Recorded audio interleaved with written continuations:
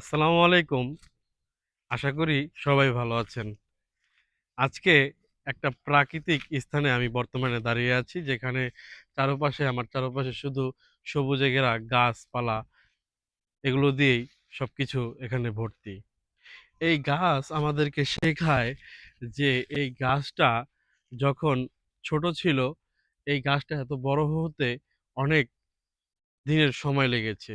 তো গাছ আমাদেরকে শেখায় ধৈর্য ধরতে।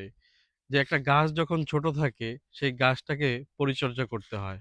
তাকে নিয়মিত পানি দিতে হয় এবং সে যেন ঝড় বা কোনো বড় বাতাসে সে যেন পড়ে না যায়, তার জন্য তাকে একটা খুঁটি দিয়ে তাকে শক্ত করতে হয়।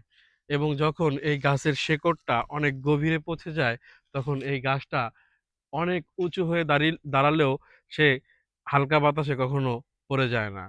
তো তেমনিভাবে আমাদের জীবনেও অনেক obstacles, অনেক struggle থাকে। কিন্তু আমরা যদি শক্ত হয়ে ধৈর্য নিয়ে কাজ করি, আমরা একটা না একটা সময় আমাদের গন্তব্য আছে, সেই গন্তব্যে আমরা ঠিকই পৌঁছাবো।